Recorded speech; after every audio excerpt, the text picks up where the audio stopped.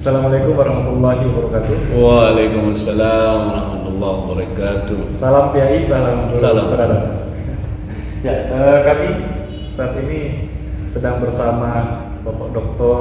Abdul Latif, MPD, dosen yang mengampu mata kuliah pengembangan profesi keguruan di Prodi PAI semester 6. Gimana Ustaz kabarnya Ustaz? Alhamdulillah sehat walafiat insyaallah ya. Sibuk apa Ustaz?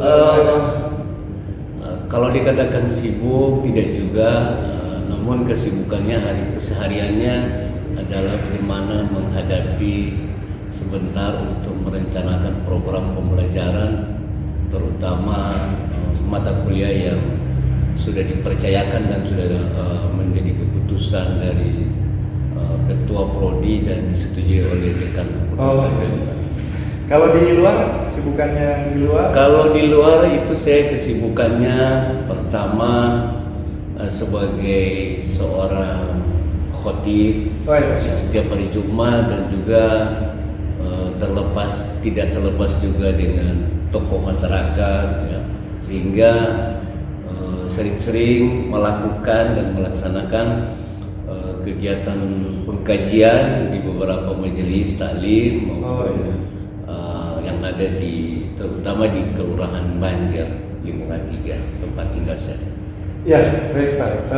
Kami akan diskusi mungkin Ustaz beberapa menit ke depan untuk berbicara tentang mata kuliah yang diampu Ustaz, Ya. pengembangan profesi guruan. Ya. Ustaz bisa memberikan gambaran secara umum apa sih itu pengembangan profesi keguruan? Terima kasih Saudara Ilham. Pengembangan profesi keguruan itu tidak lepas dari bagaimana seorang guru mempersiapkan diri. Pertama, sebagai calon guru, otomatis dia harus mempelajari hal-hal yang berkaitan dengan keguruan, supaya apabila dia telah selesai nanti dia menjadi seorang sarjana keguruan yang betul-betul mampu melakukan berbagai macam kegiatan yang terkait dengan keprofesiannya. Kemudian yang kedua, mengapa mahasiswa itu atau pengembangan profesi keguruan ini memberikan bekal pengetahuan agar mahasiswa itu mampu merencanakan pembelajaran. Setelah dia mampu merencanakan pembelajaran, otomatis dia harus mengetahui kurikulum. Oleh karena itu, seorang guru yang punya kompetensi dia harus mampu melakukan tugas-tugas keprofesiannya, sehingga dia perencanaan atau yang disebut dengan bagaimana seorang guru itu mampu merencanakan pembelajaran. Itu yang pertama. Kemudian yang kedua, setelah dia merencanakan program pengajaran ini, karena terkait dengan profesi, ya, profesi seorang guru, dia mampu melaksanakan setelah perencanaan dia lakukan, kemudian yang kedua dia melaksanakan.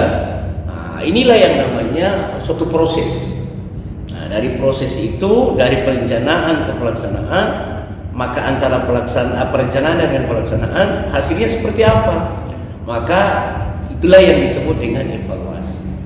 Jadi perencanaan, pelaksanaan maupun evaluasi. Nah, seorang calon guru itu dia harus mampu melakukan 3 hal ini. Kalau 3 hal ini dia sudah melakukan, dia sudah melakukan atau dia sudah melaksanakan ini dengan baik, dengan hasilnya yang baik, maka di sanalah disebut dengan kompetensi. Jadi antara kompetensi dan profesi itu tidak bisa terlepas. Bagaimana menilai seseorang kompetensinya bagus? Dilihat dari hasil kinerjanya. Dari hasil kinerjanya itu bisa terukur bahwa dari hasil kinerja seorang guru itu terlihat dari kompetensinya. Kalau kompetensinya bagus, tentunya profesinya bagus juga. Nah, tidak mungkin dia yang tidak punya keahlian atau keprofesian yang dia miliki lalu dia tidak punya kompetensi. Jadi dua-dua hal itu mulai dari profesi maupun kompetensi, nah itulah yang menghasilkan kinerjanya.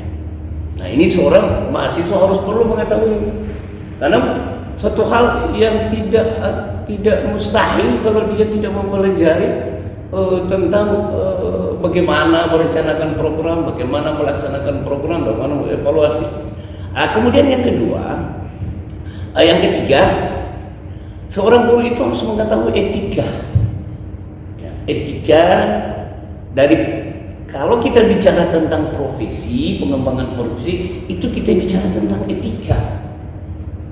Jadi berbicara tentang etika, maka etika ini ada namanya standar. Ada standar. Misalnya seorang guru, misalnya dia guru SD, dia harus mengikuti standar daripada guru SD itu sendiri atau guru MI itu sendiri, madrasah. Begitu juga dia harus mengetahui, dia sebagai guru madrasah sanawiyah atau guru SMP, dia mengikuti standar itu. Kemudian juga begitu guru SMA, SMK, MA dan lain-lain. Nah, dia harus mengikuti itu, dia harus tahu tentang standar keguruan yang harus dia pelajari. Nah, oleh karena itu ada namanya etika. Etika dalam bidang keprofesianan ini tidak terlepas dari segala macam aturan-aturan yang dituntut baik oleh pemerintah atau lembaga terhadap profesi seorang guru. Maka dia harus tahu tentang etika. Nah, etika ini menyangkut dengan kode etik guru. Ya kan? Kalau kita guru Indonesia, tentu kita harus mengetahui kode etik guru Indonesia seperti apa. Nah, seperti itu. Terutama kalau bicara tentang guru agama, tentunya dia harus bertakwa kepada Tuhan Yang Maha Esa. Di samping dia juga harus melakukan atau dia harus mengikuti kaidah-kaidah atau aturan-aturan yang diatur oleh negara, Pancasila dan Undang-Undang Dasar serta aturan-aturan lainnya di dalam sistem pendidikan nasional. Kira seperti itu. Jadi pertama, kompetensi dengan mempelajari pengembangan profesi guru keguruan ini, seorang guru itu mampu melakukan suatu kompetensi. Yang kedua, meningkatkan keprofesionalan. Yang ketiga, bisa mengukur kinerjanya. Dan yang keempat adalah yang tadi itu, bisa mengikuti, bisa memahami etika dan kode etik seorang guru itu sendiri. Ya, dalam undang-undang ya. Undang-Undang Nomor 14 Tahun 2005 itu ya. Tentang guru dan dosen, ya. Pasal 1 dan seterusnya itu kan ada kompetensi yang dikembangkan di sana. Ya. Untuk mencapai profesionalitas seorang guru, mulai dari pedagogi, kemudian ada kepribadian, ada sosial dan profesionalisme. Itu bagaimana, Ustaz? Cara kita mengembangkan sebagai seorang guru? Iya, memang di dalam proses perkuliahan itu ada satu materi yang saya coba rumuskan dalam RPS. Nah, itu ada yang namanya materi kompetensi guru. Jadi kompetensi guru itu yang saya uraikan tadi itu secara umum, ada yang namanya kompetensi pedagogi. Nah, kompetensi pedagogi ini artinya dia seorang guru ini dia memahami betul apa yang menjadi suatu kewajiban dia dan memahami betul merumuskan materi-materi ini dalam bentuk pedagogiknya, atau bagaimana dia merumuskan itu secara operasionalnya. Dia melakukan itu kepada siswa atau kepada murid atau peserta didik. Nah, guru yang profesional itu pertama dia harus mampu dia memiliki kompetensi pedagogi. Artinya pedagogi itu ada hubungannya dengan pembelajaran, sehingga dengan dia memahami dan mengetahui serta mampu melakukan kompetensi pedagogi itu, itulah yang namanya guru, termasuk guru yang profesional. Nah, kemudian bukan cuma itu juga guru harus memahami, tetapi dia juga harus mengetahui kompetensi kepribadian. Artinya dia menunjukkan pribadinya dia sebagai guru. Nah, tadi yang saya katakan tadi ada hubungannya dengan etika, kode etik guru itu sendiri. Karena apa? Guru di zaman dulu dengan guru zaman sekarang ini akan berbeda. Ya, pertama perbedaannya dari sisi pelaksanaan. Kemudian yang kedua perbedaannya dari sisi teknologi. Kalau dulu orang belum atau siswa itu belum mengenal sejauh mana teknologi itu dia menggunakan di dalam pembelajaran. Tapi sekarang ini kan baik guru maupun peserta didik itu teknologi pembelajaran, teknologi itu sudah masuk pada teknologi pembelajaran itu mereka kuasai, guru maupun peserta didik atau utama guru. Bagaimana kepribadiannya, kompetensi kepribadian, artinya dia memperlihatkan pribadi dia, ya, pribadi dia terhadap menyikapi hal-hal ini supaya agar peserta didik itu melihat dia betul-betul guru yang menjadi anutan, pola anutan. Nah, itu harus diperhatikan. Nah, jangan ada istilahnya dulu itu kalau guru kincing berdiri, murid kincing berlari. Nah, itu istilah yang sampai sekarang ini sudah menjadi budaya atau istilah yang kadang-kadang timbul apabila ada guru itu tidak bisa memberikan contoh yang baik terhadap peserta didik. Jadi kompetensi kepribadian. Kemudian yang berikut kompetensi sosial. Nah, ini kompetensi sosial, guru itu dia harus mampu mengetahui tingkat sosial atau dia memahami bagaimana dia berada di suatu tengah-tengah masyarakat. Dia artinya kalau guru itu dia memberikan contoh yang terbaik, yang baik di masyarakat. Karena apa? Masyarakat melihat kalau guru itu yang ada di masyarakat itu, guru itu adalah segala-galanya, sumber ilmu pengetahuan. Maka segala hal-hal apa saja yang berkaitan dengan fenomena, apakah fenomena sosial atau fenomena pendidikan, itu biasanya mereka itu bertanya pada guru di masyarakat. Maka guru itu tidak bisa lepas dengan kompetensi sosial. Artinya kemampuan dia harus mampu melakukan hal-hal yang terbaik menurut pengetahuan dia terhadap masyarakat. Jadi begitu. Jadi dia tidak bisa terlepas dengan masyarakat. Nah, jadi kompetensi sosial namanya. Jadi masyarakat itu bisa melihat guru ini serba bisa. Karena jelas namanya guru itu menurut persepsi orang Jepang bahwa guru itu adalah orang yang paling dianggap mulia. Ya, mulia menurut mereka itu mulia karena pengetahuannya begitu banyak, begitu tinggi, begitu luas. Sehingga itulah masyarakat dan guru dan masyarakat itu tidak bisa dipisahkan. Jadi itu namanya kompetensi sosial. Bagaimana dia bisa membaur dengan masyarakat, bagaimana dia bisa bersama-sama dengan masyarakat. Maka oleh karena itu ada yang namanya pengabdian masyarakat. Guru itu ada di sebenarnya pengabdian masyarakat. Nah, kemudian yang terakhir adalah kompetensi profesional.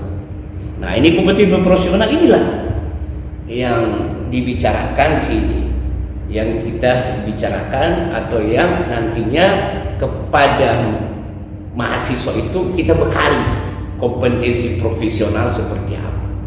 Namanya profesi itu orang yang mengetahui atau orang yang memahami betul apa yang menjadi pekerjaan dia, itulah disebut dengan kompetensi profesional. Nah, kalau misalnya guru yang disebut dengan kompetensi profesional, bagaimana dia mengolah bahan pelajaran itu atau materi pembelajaran ini terhadap siswa atau terhadap peserta didik, sehingga peserta itu mampu memahami, mampu mengetahui, dan mampu melakukan. Nah, itulah yang disebut dengan kompetensi profesional. Artinya dia mampu, di samping dia menguasai metode, menguasai strategi. Nah, jadi banyak hal yang harus dilakukan oleh guru yang namanya punya kompetensi profesional. Terkait dengan undang-undang guru, undang-undang nomor 14 ya, tentang guru dan dosen tahun 2005. Nah, ini sebenarnya mengapa undang-undang ini tidak dipisahkan antara guru dan dosen? Nah, kalau misalnya kita lihat, kalau dosen itu ada yang namanya Tridharma perguruan tinggi. Kalau dosen kita mengenal adanya sistem, ada yang namanya pengajaran, ya kan? Kepengajaran. Kalau pengajaran otomatis kita dosen itu melakukan pengajarannya di dalam kelas maupun di luar kelas. Yang sifatnya pengajaran ya, apakah online, daring dan sebagainya, dan yang beberapa tahun ini kita lakukan. Itu namanya pengajaran. Dari pengajaran ada namanya penelitian, ya. Ada penelitian. Nah, penelitian inilah yang dituntut oleh dosen. Di samping pengajaran harus meneliti. Mengapa dia harus meneliti?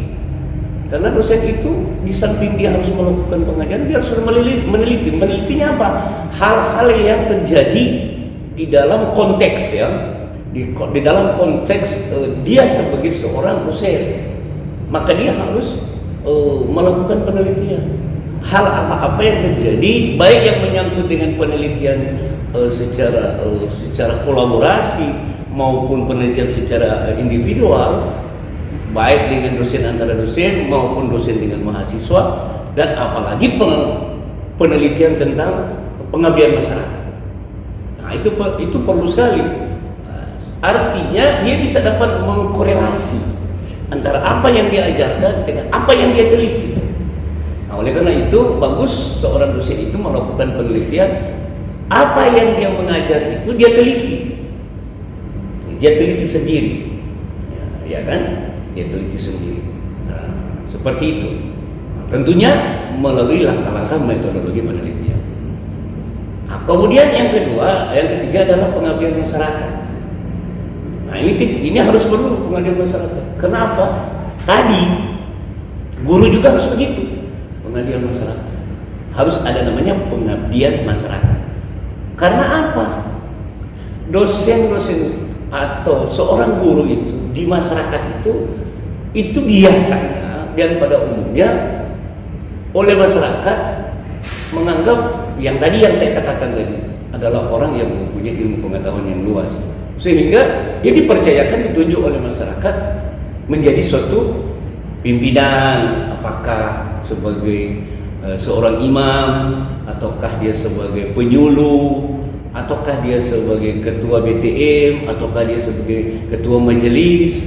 Karena itu tidak terlepas dengan pengetahuan dia, sehingga pengetahuan apa yang dimiliki itu menjadi suatu produk atau menjadi suatu bahan bagi masyarakat untuk memilih dia sebagai seorang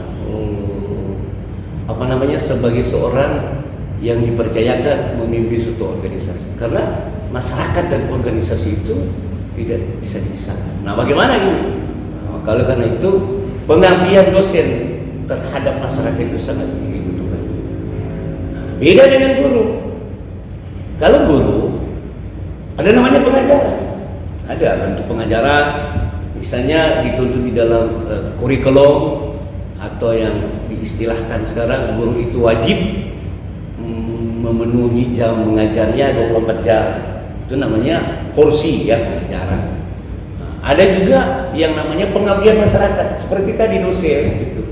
Nah, cuma melakukan penelitian ini kadang-kala kalau guru tidak dituntut itu, tidak dituntut harus melakukan suatu penelitian. tetapi ada namanya pengembangan keprofesian berkelanjutan. Nah, pengembangan keprofesian berkelanjutan ini apabila guru itu akan misalnya menaik pangkat dan sebagainya, maka dia harus melakukan penelitian. Nah, itu ada penelitian tetapi tidak seporsi atau tidak sama dengan dosen. Ada penelitian hanya sewaktu-waktu apabila guru itu ingin melanjut atau ingin meningkatkan istilahnya kenaikan pangkat tingkat setingkat lebih tinggi, maka dia melakukan penelitiannya hanya dalam bentuk apa? Penelitian tindakan sekolah bagi kepala sekolah dan penelitian tindakan kelas atau PTK. Nah, itu hanya dilakukan oleh guru ketika dia ingin akan kenaikan pangkat berikutnya. Beda dengan dosen. Naik pangkat atau tidak naik pangkat dituntut untuk melakukan penelitian. Gitu. Nah, ini bedanya ya. Ini perbedaan. Maka oleh karena itu persiapan atau seorang mahasiswa yang sebentar nanti di semester 6 ini, maka seorang dosen itu apalagi saya dipercayakan untuk mengajar mata kuliah pengembangan profesi keguruan, maka saya harus memberikan kemampuan sesuai apa yang saya peroleh dan apa yang saya dapati, karena jelas guru itu harus menyesuaikan dengan perkembangan dan situasi. Memang ukuran keberhasilan seorang dosen atau seorang pengajar itu tidak dilihat dari ukuran lamanya dia mengabdi, tetapi bagaimana yang pertama seorang dosen atau guru itu berhasil apabila siswa atau peserta didik itu mampu menguasai apa yang menjadi atau dia mampu menguasai materi-materi yang telah disampaikan oleh dosen atau seorang guru. Kemudian yang berikut, bagaimana seorang mahasiswa itu berhasil apabila dia bisa dapat mampu merencanakan, mampu melaksanakan, dan mampu melakukan evaluasi. Nah, oleh karena itulah tugas dan kewajiban seorang guru secara totalitas mampu memberikan yang terbaik kepada seorang mahasiswa. Nah, memang kalau dilihat sekarang Pak Ilham, beda antara guru zaman dulu yang saya katakan tadi, guru hanya satu pola saja, ya kan, mengajar hanya satu pola mengajar, tapi sekarang itu harus beberapa pola yang harus dia kembangkan, ya kan. Dulu ada yang namanya hanya pola atau teacher center, ya kan. Jadi semua itu ada pada guru, ya. Apa yang guru berikan itu harus tetapi sekarang ini kan juga ada yang namanya kita harus ada namanya timpal balik. Kita harus memahami dulu kemampuan atau penguasaan daripada peserta didik. Karena apa? Peserta didik itu mereka peroleh pengetahuannya bukan semata-mata juga dari guru, memang dari guru, tetapi ada hal-hal yang di luar guru, misalnya dari teknologi media sosial, ya, atau surat kabar, atau sekarang ini yang disebut medsos, internet, dan secara globalisasi pengetahuan juga mereka bisa peroleh dari mana. Nah, jadi perlu harus menyesuaikan diri seperti itu. Ya, baik Ustaz. Banyak tadi informasi yang diberikan. Apakah mungkin dalam mengembangkan kompetensi guru ini, profesi keguruan ini dipengaruhi oleh kultur di mana guru itu mengabdi? Misalnya kita kan di Manado. Iya. Apakah bisa pengembangan profesi itu dipengaruhi oleh kultur yang ada di Manado? Atau seperti apa cara penyesuaian guru? Jadi begini, memang kalau kita bicara tentang budaya, kultur, seperti di daerah kita ini, memang tidak terlepas juga dari apa namanya istilahnya kultur, ya, budaya atau kebiasaan. Nah, kebiasaan ini sebenarnya guru jangan kita melihat dari satu aspek, dari satu aspek saja. Tetapi kita melihat dulu, biasanya ya, minta maaf saja Pak Ilham, guru yang dipengaruhi oleh kultur atau budaya itu, hanya itu dia melihat kepentingan dirinya sendiri.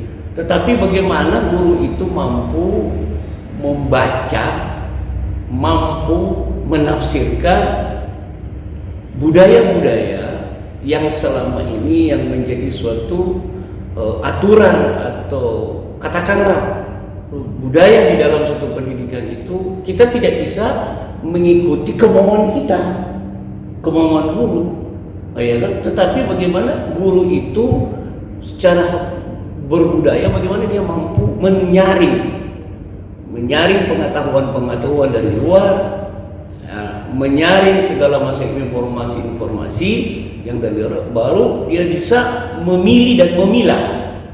Oh, ini yang harus kita lakukan. Oh, ini yang kita tidak lakukan. Otomatis Pak Ilham, kalau kita bicara tentang budaya, guru ya, taruhlah yang kita lihat selama ini, guru itu hanya mengikuti, misalnya dalam pembelajaran hanya menulis di papan tulis, atau hanya memberikan tugas pada mahasiswa, ya kan?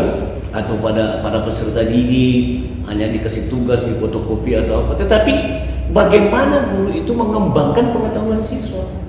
Bukan cuma hanya mengembangkan pengetahuan guru, tetapi bagaimana guru itu mampu, itu namanya budaya. Bagaimana budaya kita, bagaimana kita mengembangkan siswa itu atau peserta didik itu pengetahuan dia. Artinya begini, kita memberikan semangat, memberikan motivasi kepada dia. Jadi guru itu tidak bisa melihat, dia bukan tidak bisa melihat, dia jangan melihat siswa ini yang pintar atau ini yang bodoh atau ini. Memang bisa kita lihat itu, tetapi jangan kita menjadi suatu bahan untuk kita menjadikan ukuran. Jadi dalam pertemuan atau di dalam kelas itu kita tidak bisa mengklasifikasi, anak ini cepat, anak ini tidak cepat, anak ini lambat, anak ini begini, tidak bisa.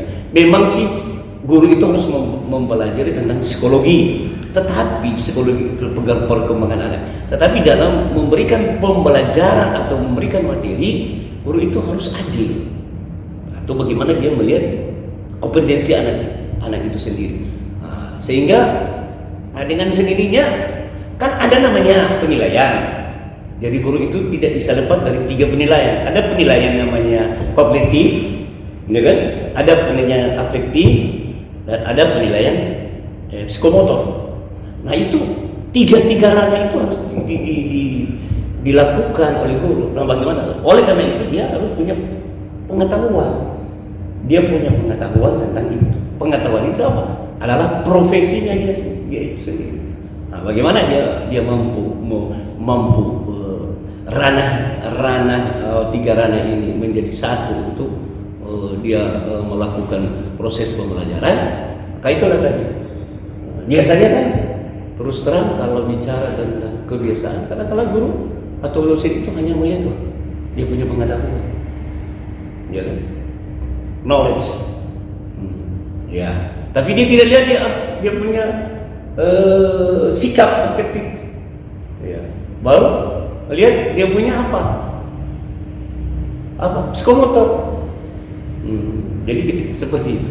Nah, oleh karena itu jangan guru mau melakukan seperti apa yang saya katakan tadi, hanya budaya-budaya apa yang dia lakukan, kebiasaan-kebiasaan yang dari dulu dia lakukan. Nah, itu dia terbawa seperti itu.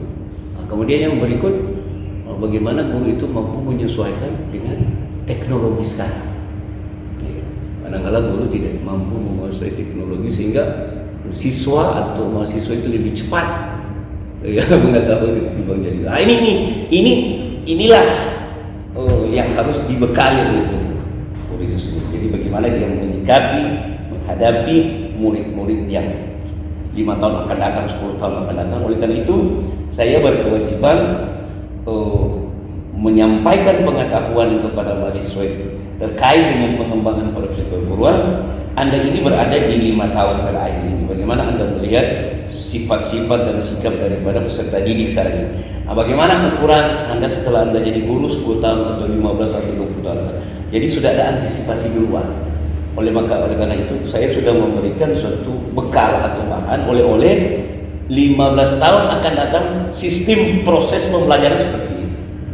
Gitu. Nah, jadi sudah bisa dapat membaca. Ada terobosan, Ustaz? Ada. Dalam mengembangkan mata kuliah. Ada. Pertama, terobosannya saya melihat, saya coba mengangkat masalah ini pada peserta-peserta didik yang ada di pedesaan.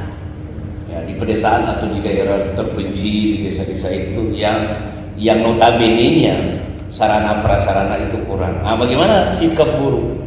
Sikap guru atau sikap guru ini dalam beda itu saja. Beda. Guru yang besar di pedesaan dengan guru yang besar di perkotaan. Di perkotaan beda. Perbedaannya begini. Iya. Itu tadi bicara tentang budaya ya kan. Nah, kalau di desa-desa itu mereka itu masih mengikuti istilahnya budaya di desa itu, di desa atau di kampung-kampung. Nah, istilah mereka tidak terlalu mementingkan pengetahuan, tetapi mereka menginginkan budaya itu atau kebiasaan-kebiasaan itu seperti akhlak, ya kan? Menunjukkan. Tapi kalau di kota beda, menghadapi peserta didik di kota itu beda lagi dengan di desa. Karena apa yang tadi saya katakan? Ya kan? Ya, kalau di desa-desa itu tidak ada mall. Ya kan? Kalau sekarang kan anak-anak dari sekolah bukan pulang ke rumah. Ya kan? Lari ke mall. Ke mall, tempat-tempat keramaian. Nah, seperti itu. Ini beda. Nah, itu. Jadi lebih gampang. Kalau guru itu, saya sering katakan kepada calon mahasiswa, calon guru ini, Anda sebenarnya bersyukur kalau Anda sebentar ditempatkan di daerah terkecil. Disitulah melihat kualitas guru. Ya kan? Jangan enak-enak mau di kota-kota, apalagi di Jakarta. Memang dari sisi lain enak, tetapi tantangan bagaimana merubah kebiasaan masyarakat itu, ya kan? Saya bilang begini, kadang-kadang anak-anak yang dari desa itu bagus-bagus. Ya, memang sih kalau dari desa-desa begitu, kalau kita katakan dia mengikuti misalnya lomba saing atau lomba apa, dia terbelakang. Tapi alatnya bagus, ya kan? Alatnya, budi pekertinya bagus. Ketika anak itu dia sudah asimilasinya, dia pindah ke kota. Maka dia ada dua di situ dia harus hadapi pendidikan dan dia harus hadapi situasi. Nah, oleh karena itu banyak anak-anak yang dari desa itu atau dari desa-desa itu yang sekolah di kota, ya alhamdulillah ada yang berhasil, tapi ada yang tidak berhasil. Karena apa? Dipengaruhi oleh tadi, ya kan? Budaya. Jadi menurut saya lebih menantang jadi guru kota atau guru di Kalau yang lebih menantang itu adalah guru di kota. Kalau di desa itu tantangan terbesar apa, Ustaz? Ya. Jadi guru yang hidup di kota. Nah, tantangan yang paling besar itu adalah pertama yang tadi saya bilang, media sosial, ya kan? Teknologi, baru tempat-tempat kadang-kala terus terang ya, di samping teknologi, baru ada namanya tempat-tempat keramaian. Tantangan yang paling besar adalah mereka punya teman ini. Teman pergaulan. Nah, itu biasanya kalau misalnya mereka bergaul dengan sama-sama mereka sebagai seorang mahasiswa atau seorang siswa, itu tidak masalah. Tetapi kalau di luar dari itu, itu yang jadi masalah. Oleh karena itu, saya lebih cocok. Saya pernah sampaikan dan beberapa kali contoh ini seorang guru. Saya kasih contoh ini Gardus.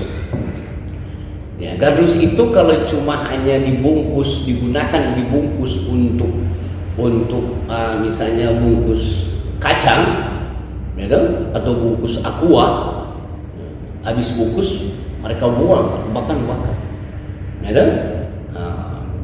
Dibuang atau dibakar. Tetapi kalau ini gardus ini, ya, dibikin untuk membungkus Al-Quran, ya kan? Maka dia mulia, maka dia menjadi mulia. Sama dengan aqua ini. Aqua ini ketika ada di kampus ini cuma 2.500. Ada di supermarket adanya misalnya 5.000. Ketika datang di bandara sudah 15.000. Sampai di sampai di pesawat mungkin 20.000. Nah, ini padahal ini aqua. Maka oleh karena itu seorang siswa atau mahasiswa itu bergaul dengan orang yang mulia, pasti akan jadi mulia. Tapi kalau dia bergaul dengan orang yang bukan tidak mulia, itu terlalu kasar lah. Orang-orang yang tidak bermanfaat, maka dia akan jadi juga orang yang tidak bermanfaat. Nah, itulah. Jadi pergaulan, faktor pergaulan sih. Jadi tantangannya tadi ada tantangan teknologi, tantangan media massa atau tempat-tempat keramaian, dan tantangan yang tadi adalah teman atau pergaulan sesama mereka. Jadi itu bagaimana guru menyikapi. Karena begini Pak Yana, orang tua itu beda dengan di kampung. Mereka itu kalau ke sekolah dilihat oleh orang tua, pulang juga begitu dilihat oleh kondur. Tetapi kalau di kota-kota begini susah. Walaupun mereka itu tidak dengan orang tua. Orang tua kadang-kadang pergi keluar pagi, pulang malam. Ini tantangan. Begitu. Jadi bagaimana sikap guru, bagaimana metode guru, bagaimana tingkat kemampuan guru, bagaimana menyikapi peserta didik yang modelnya seperti ini. Nah, itu punya tantangan. Jadi tantangan besar itu di perkotaan. Kalau seorang guru tidak memiliki atau mengembangkan satu potensi, ya, misalnya dia pedagoginya bagus, kemudian sosial dia kurang bagus, dia sulit berinteraksi atau cenderung menutup diri dengan masyarakat. Nah, itu dampaknya apa? Nah, jadi begini. Kalau guru yang semacam itu pedagogiknya bagus, ya kan? Nah, tapi kompetisi sosialnya kurang bagus. Nah, ini sebenarnya kalau kita lihat ini guru yang kurang percaya diri. Guru yang kurang percaya diri salah satu itu dia canggung atau dia kurang bergaul dengan masyarakat. Ataukah mungkin begini sebaliknya, dia bergaul dengan masyarakat, tetapi di dalam pergaulan itu ada hal-hal yang dia buat secara negatif.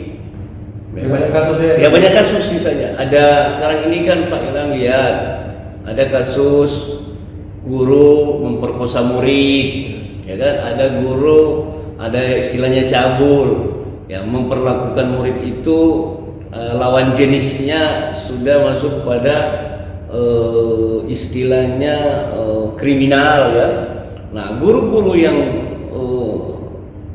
yang melakukan perbuatan kriminal di masyarakat ini, mereka masyarakat tidak menghargai. Nah, bagaimana dia mau lakukan atau dia melakukan pendekatan dengan masyarakat kalau dia punya kompetensi sosialnya atau dia kepribadiannya kurang bagus? Nah, ini tidak diterima oleh masyarakat. Nah, kadang-kadang coba kita lihat di YouTube di mana-mana ada masyarakat mengkomplain guru ini ada melakukan misalnya selingkuhan dengan tetangga, ada melakukan selingkuhan dengan siswa, ada melakukan selingkuhan dengan teman sekerja. Nah, itu kan tidak wajar seorang guru melakukan perbuatan seperti itu. Maka oleh karena itu masyarakat menolak. Nah, ini bagaimana dia bisa mau beradaptasi dengan masyarakat kalau dia melakukan hal-hal yang bertentangan dengan perbuatan dia sebagai guru. Jadi seberapa urgent mata kuliah ini harus diwajibkan kepada mahasiswa? Ya, Kalau saya berusaha sedapat mungkin di samping metode-metode yang saya lakukan, sebab kalau bicara uzennya memang penting sekali, karena seorang guru mustahil kalau dia tidak bisa mempelajari bagaimana bekal dia mengembangkan kepribadiannya. Ya, jadi ada yang namanya kepribadian guru. Jadi kepribadian guru itu sejak ini sudah memberikan pengetahuan awal, yaitu bagaimana mengembangkan profesi keguruan. Maka saya selalu memberikan konkret dalam pembelajaran itu. Saya memberikan konkret atau contoh-contoh yang bisa dilihat oleh atau yang bisa dilakukan oleh guru. Misalnya saya mengajar pengalaman saya mengajar pada waktu tahun 80-an. Jadi saya pakai proses, atau saya sampaikan ke mahasiswa ini situasi proses pembelajaran atau dekade situasi pendidikan. Jadi tahun 80 dan tahun 70 ke tahun 80 itu beda. Ya, tahun 80 ke tahun 90 beda. Tahun 90 ke tahun 2000 beda. Saya pakai contoh. Mengajar di tahun 70 sampai 80 modelnya seperti ini. Ya kan? Seperti ini. Banyak melakukan misalnya menulis di papan. Jadi apa yang ada di papan, apa yang ada di situ, apa yang ditulis oleh guru, so itu semua itu. Perbedaan signifikannya apa, Ustaz? Antara guru zaman dulu dengan guru zaman now? Ya, kalau guru zaman dulu itu pada umumnya senternya pengetahuan hanya kepada guru. Apa yang guru bilang itu dia. Benar atau salah? Benar atau salah menurut pandangan persepsi guru, murid itu harus ikuti. Iya. Tetapi sekarang tidak boleh. Karena apa? Itu zaman teknologi kan.